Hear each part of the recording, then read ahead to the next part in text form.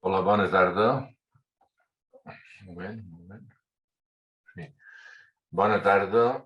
Bé, molt content de compartir amb tots vosaltres aquest acte dedicat a dues figures absolutament centrals i rellevants de les dècades posteriors a la Guerra Civil. Abans d'entrar en el tema pròpiament, me permetré fer una nota preliminar perquè crec que és el context històric dins el qual se poden situar les relacions o les equivalències o les simetries entre Catalunya i Mallorca i en certs aspectes en les Illes Balears en el seu conjunt. En general, els fets que se produeixen a que se produeixen a Catalunya s'acaben projectant sobre Mallorca. Això succeeix així d'ençà de l'inici de la Renaixença, o sigui, fa més de 150 anys. Ara bé, aquests fets que tenen el seu origen a Catalunya se manifesten a Mallorca amb una sèrie de particularitats. Se manifesten amb un cert retard, de vegades pot ser major o menor. Se manifesten amb més poca intensitat. Se manifesten aconseguint un molt menor suport social.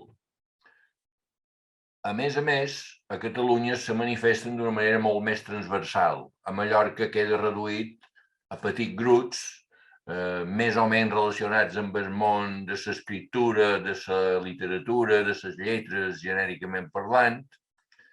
I una altra cosa important és que a Catalunya aquest moviment de recuperació lingüística, cultural i identitària ràpidament entra en un terreny de politització i ràpidament arriba a la conclusió que el problema no tan sols és lingüístic, cultural i identitari, sinó que és estructuralment polític. Això a Mallorca, durant la Renaixença, no s'arriba a aquesta conclusió i de finals del segle XIX fins a la mort de Franco s'hi arriba a temporades, però sempre amb una politització escassa i molt minoritària. No? Algú podria dir que estic dibuixant un mapa en el qual el mimetisme de Mallorca respecte a Catalunya, la subordinació de Mallorca respecte a Catalunya, jo no parlaria en aquest termes, sinó que parlaria de que Catalunya i Mallorca comparteixen o pateixen, més ben dit, una situació política equivalent de discriminació lingüística, cultural, identitària, i per tant, si reben una discriminació equivalent, és raonable pensar que també generin unes respostes de contraatac, per dir-ho d'alguna manera, en bona mesura equivalents. I, evidentment, tots els que coneixem una mica la història de la cultura catalana sabem que hi ha hagut moments en els quals hi ha hagut determinats escriptors o intel·lectuals mallorquins que d'alguna manera han marcat un pas que hi ha hagut gent a Catalunya que d'alguna manera els ha considerat una mica els seus estàndards. Jo crec que en un moment determinat ho va fer Antoni Maria Alcover, ho va fer en Gabriel Alomar, o ho va fer en Francesc de Borja Moll, posem per cas, després de la Guerra Civil. Bé, dit totes aquestes coses que com a nota preliminar ja serien suficients, jo ara havia entrat en una fase que era mirar de trobar tots els moments en què Triadú i Moll havien tingut algun tipus de relació. Per fer això m'havia rellegit les memòries de Moll i de Triadú i a la vegada havia mirat les cartes que ens va enviar el Carles Duarte. No? Com que el Carles Duarte ja n'ha fet molta referència, evidentment em prescindiré. Una cosa curiosa és que si mireu les memòries de Triadú, memòries d'un segle d'or, a l'índex de noms no surt cap vegada esmentat el Francesc de Borja Moll. Però si llegiu les memòries del Triadú, veureu que el Francesc de Borja Moll com a mínim surt 5 vegades. Sí, surt esmentat 5 vegades. Per tant, va ser un error de qui va fer l'índex de noms, en el qual sí que surt l'Aina Moll citada 3 vegades. D'altra banda, si mireu les memòries de Moll, veureu que referències absolutament directes a Triadú, per ventura n'hi ha de parcials, però n'hi ha tota una sèrie de ben interessants. Per exemple, Moll, a les seves memòries, a 2 moments diferents, dedica un apartat a la festa de Can Toni Gros.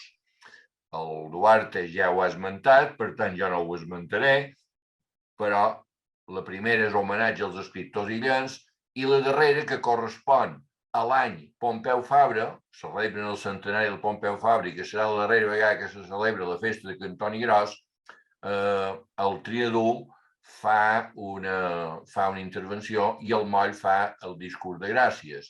I en un homenatge que fan al Moll a Sant Llorenç del Munt, després d'haver acabat l'edició del diccionari, li fan un homenatge de reconeixement per la tasca immensa d'haver duit a terme el projecte del diccionari. Qui farà el discurs de reconeixement i d'homenatge del Francesc de Borja Moll serà el Joan Triadú. Per tant, relacions és evident que n'hi ha, però més o menys ja les ha esmentades el Carles Duarte. Bé, dit això, jo crec que entre el Moll i el Triadú hi ha molt de paral·lelismes que en certa mesura responen en aquesta espècie de norma general que jo he assenyalat. Per exemple, un únic exemple. El Triadú és evident que des de molt jove lliga la reivindicació lingüística i cultural al fet polític. Més enllà que després, per enfeinat, de tan enfeinat que està, hagi de deixar la seva participació en política, la té en els inicis amb el Front Nacional de Catalunya i després, per ventures, se posarà al costat. Però és evident que en tot moment el Joan Triadú té clar que la politització del fet identitari, cultural, nacional català és un fet imprescindible perquè el problema d'arrel és aquest. Moll, jo crec que és molt més, entre cometes, políticament ingenu. La societat mallorquina és la que és. La politització del fet cultural mallorquí o català de Mallorca, fixeu-vos que no dona cap tipus ni un de rendiment social mínimament majoritari. Durant la Segona República ni ensenyament en català a les escoles, ni ensenyament de català a les escoles, ni estatut d'autonomia, ni cap partit polític, ni tan sols regionalista que aconsegueixi representació. I, a més, a la Guerra Civil ha passat un fet que ha traumatitzat profundament els sectors culturals mallorquins, que és el famós missatge als catalans de suport, de germanor, que és d'una innocència superlativa, aquest missatge, allò de fraternitat, però sense massa compromisos i molt manco polítics, però que els ha durat unes conseqüències terribles els primers mesos de la Guerra Civil, perquè els convertirà a tots ells en sospitosos i hauran de fer una rectificació, una bona part d'ells bastant lamentable, i alguns altres acabaran morint no perquè hagin firmat el manifest, evidentment, però també perquè han firmat el manifest. La complicitat de que són acusats en Catalunya en un moment de la Guerra Civil és molt greu, no? En Moll la politització no l'assumirà. I tampoc jo crec que no té idea de la necessitat de la politització el moviment lingüístic i cultural que se desenvolupa a Mallorca als anys 40, 50 i fins i tot a la primera meitat dels 60. L'obra cultural a principis dels 60 és una institució que fa una feinada enorme en matèria de promoció de la llengua i la cultura catalana, però la dimensió política, per dir-ho d'alguna manera, encara no l'ha incorporada. La dimensió política s'ha començat a incorporar entre els intel·lectuals mallorquins cap allà al 67-68, quan hi ha el primer conflicte públic. Ara bé, aquí hi ha una cosa evident. El Francesc de Borja Moll, bonomiós, amb una habilitat social extraordinària per relacionar-se amb qui sigui, amb el governador i amb el bisbe i amb la gent més senzilla de la societat. Un home que és a la vegada un científic i, a més que als anys 60 començarà a ser objecte de reconeixements constants. És un empresari, no oblidem la dimensió d'empresari de Moll, té una editorial, durant una temporada llarga té una impremta, és propietari d'una llibreria, Llibres Mallorca, que compra el 48, a la vegada és professor d'institut i és un activista cultural. Tot això és el paquet Francesc de Borja Moll, no? I doncs, en Francesc de Borja Moll serà una persona que, d'alguna manera, jo crec que per pragmatisme intentarà evitar que se pugui relacionar aquest mínim recobrament de la llengua i la cultura a un fet polític, perquè pensa que si incorpora el fet polític, això encara farà més difícil la recepció per part de la societat mallorquina d'aquesta proposta de llengua i de cultura. No? D'altra banda, aquest home tan monomiós i tan ben integrat en el fons de la societat mallorquina és víctima permanent de la censura. Si llegiu les seves memòries i feu un inventari de les conferències que li van interrompre, de les conferències que li van prohibir, dels llibres que no li deixaren publicar, fa feredat. No? Evidentment no va haver d'anar a comissaria cap vespre, com sí que va passar en en Joan Triadú i fins i tot a la Model, però també va ser víctima constant de la censura. Com que la cosa s'allarga molt, jo intentaré sintetitzar al màxim. De l'any 38 al 48, en Moll fa feina en soledat a casa seva, intentant tirar endavant el gran projecte del diccionari.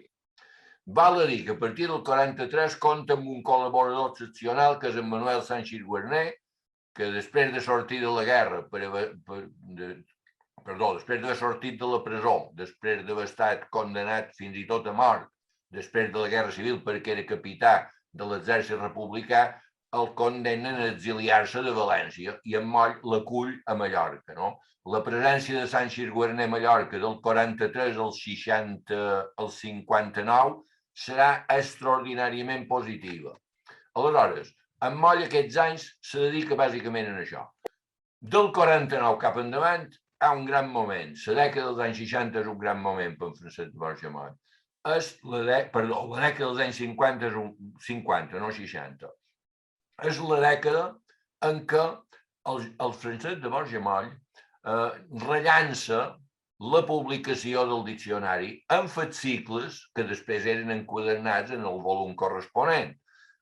Concretament, el 49 publica el primer fascicle.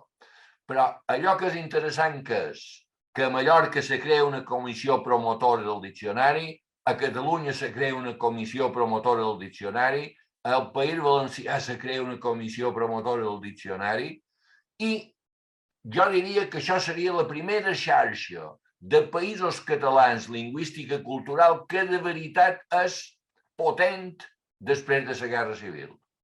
I no sé si abans de la Guerra Civil n'hi havia hagut cap de tan potent. Pensem que aquesta comissió fa una feinada en captació de subscriptors, organitza una gran quantitat de conferències sobre la llengua amb el pretext del diccionari, organitza una exposició sobre el diccionari, una exposició itinerant que s'inaugura a Barcelona l'any 1951 i voltarà fins a l'any 1956, coses increïbles. Quan arriba a València, l'exposició queda instal·lada a la planta baixa de l'Ajuntament i les autoritats valencianes participen a tots els actes públics presidint. Això sí, més o menys els mateixos mesos el governador civil prohibirà a Moll una conferència al País Valencià. No?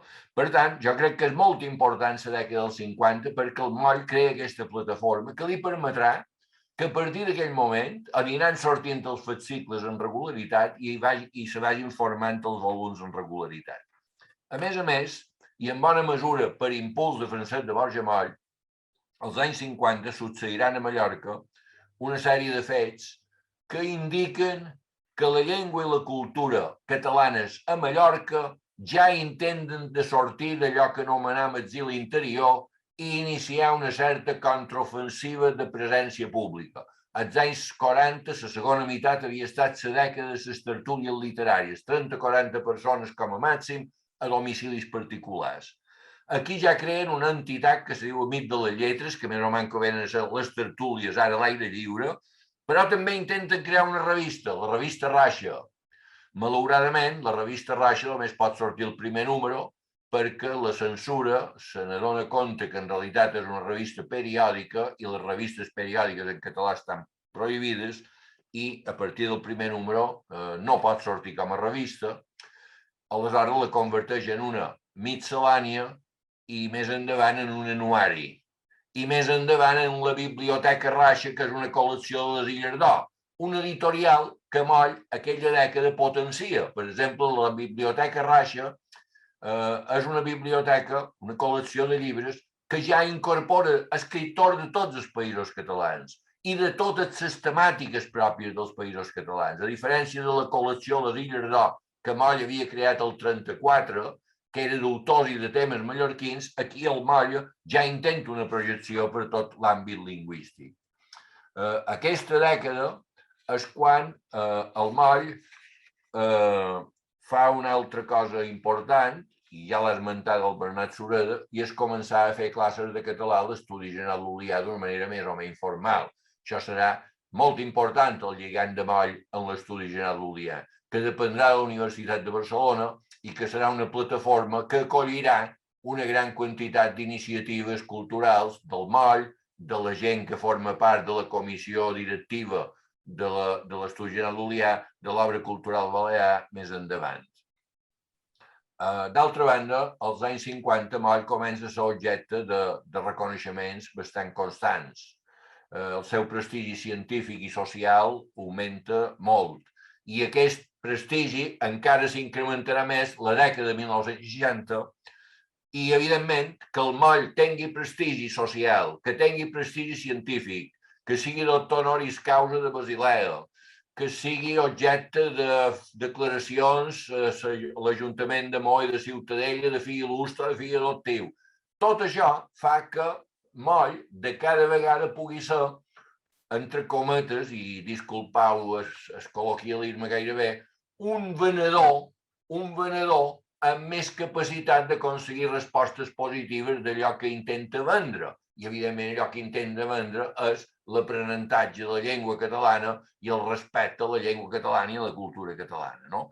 Als anys 60 culmina la publicació del diccionari, l'any 1962, és l'impulsor real de l'obra cultural balear, a semblança de l'Òmnium, i aquí tornem a trobar un bon exemple per saber les diferències entre Catalunya i Mallorca. Aquesta major o menor transversalitat que jo he esmentat abans. Qui són els impulsors primers d'Òmnium Cultural? Catalanistes, que són empresaris, que tenen una disponibilitat econòmica considerable i que volen exercir generosament una acció de mecenatge a favor de la llengua i la cultura catalanes.